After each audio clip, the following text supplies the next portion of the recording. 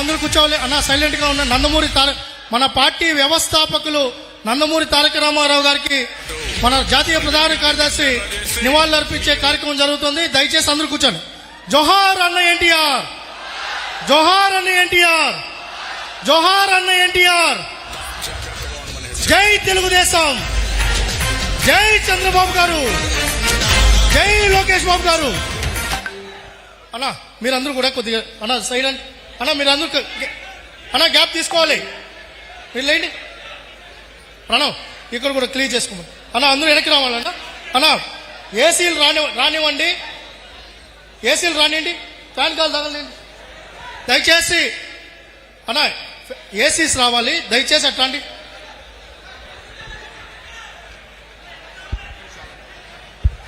అన్న దయచేసి అందరు కూర్చోవాలి.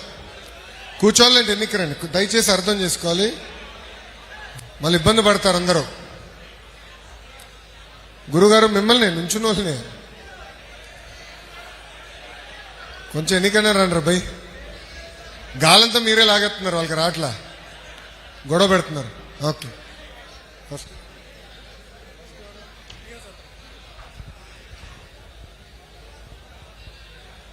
తెలుగుదేశం పార్టీ యలమంచిలి నియోజకవర్గ ఇన్ఛార్జ్ నాగేశ్వరరావు గారిని మాట్లాడవలసిందిగా కోరుకుంటున్నాం.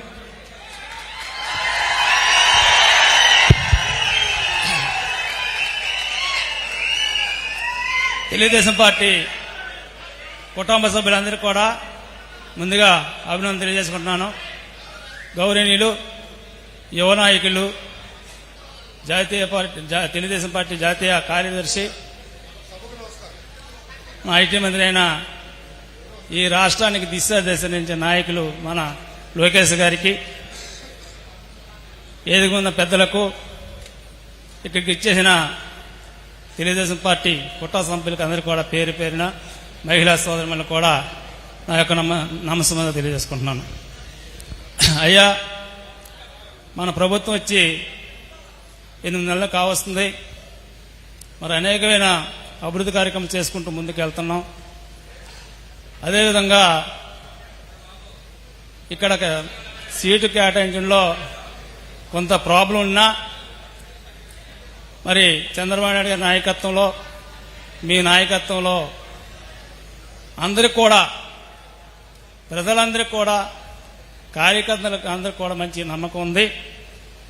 మేము కోరేది ఒకటే, మీరు ఎప్పుడు దేన్ని పిలిపించినా, ఏ బాటలో నడమన్నా సిద్ధపడే యలమంచిలి నియోజకవర్గంలో తెలుగుదేశం పార్టీ పుట్టిన దగ్గర నుంచి కూడా మీ అంటే ఉంది.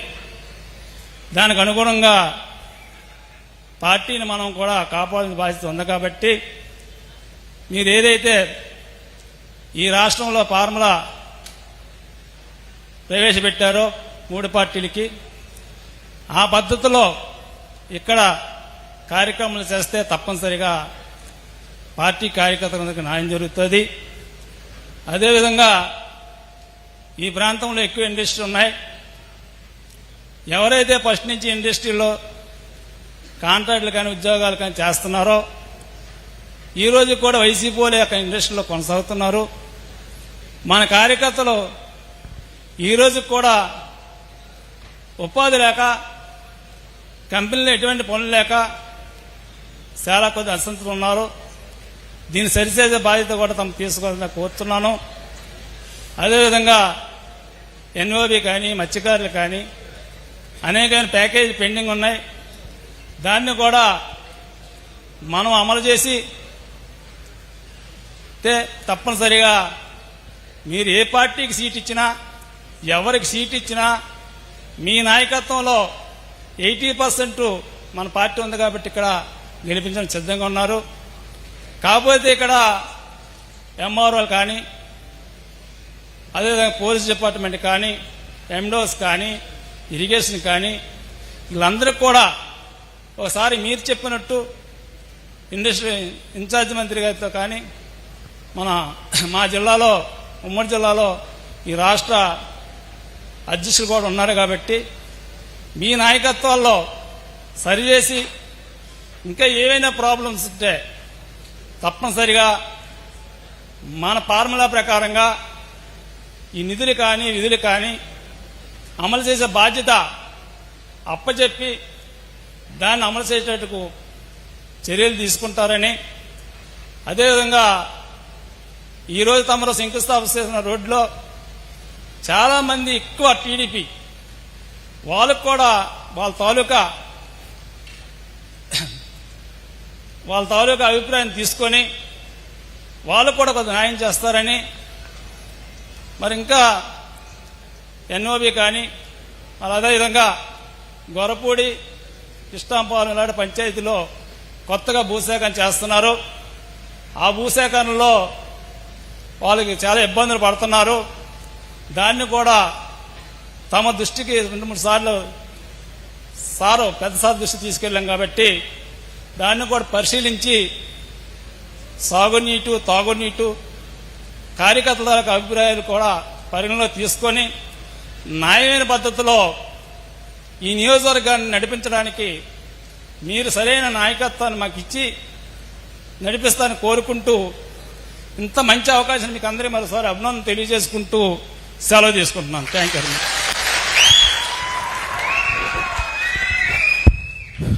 ధన్యవాదాలు నాగేశ్వరరావు గారు. ఇప్పుడు మన అనకాపల్లి జిల్లా పార్టీ అధ్యక్షులు తాతయ్య బాబు గారు మాట్లాడవలసిందిగా కోరుతా ఉన్నాం.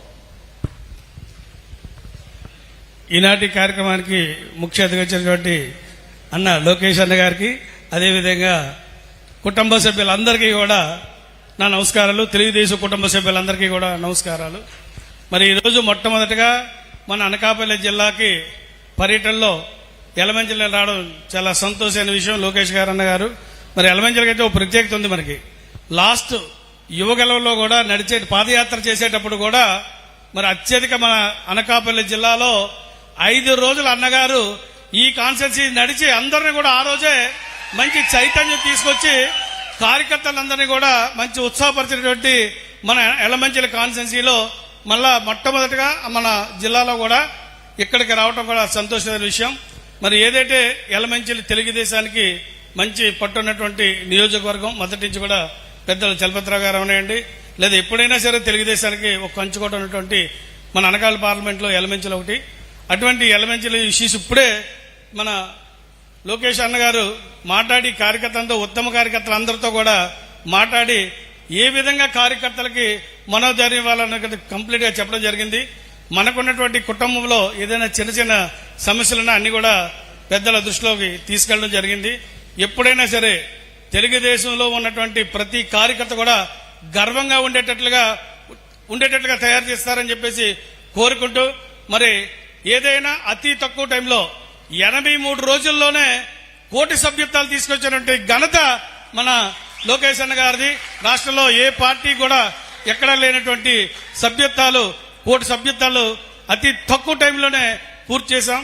మరి అదేవిధంగా సభ్యత్వాలు చేయడమే కాదు, ఏదైతే మాట ఇచ్చారో ఆ మాట పైకి ఇంతకుముందు మన సభ్యత్వం చేస్తే కార్డు రాలేదు సార్, లేదంటే నాకు వేరే మా ఊరు గ్రామానికి ఏమో తప్పులు వచ్చాయన్న కాదు. మరి ఈ రోజు అన్నగారు ఒక పద్ధతిగా కార్డ్స్ తో పాటు ప్రతి కూడా ట్యాక్స్ కూడా ఇచ్చి ప్రతి క్వాలిటీగా ఉన్నటువంటి కార్యకర్త ప్రతి ఒక్కటి గుర్తుండేటట్లుగా గుర్తింపు కార్డులు కూడా ఇవ్వడం కూడా జరిగింది. చాలా సంతోషమైన విషయం. మరి ఇక్కడ ఉన్నటువంటి కొన్ని సమస్యలు కూడా పెద్దల దృష్టికి తీసుకురావడం జరిగింది. వారు పెద్దలు మాట్లాడతారు కాబట్టి ఏదైనా ఎలమంచిలి తెలుగుదేశం పార్టీ కుటుంబ సభ్యులందరికీ కూడా అన్నగారు చెప్పిన మాట ఇస్తున్నాం.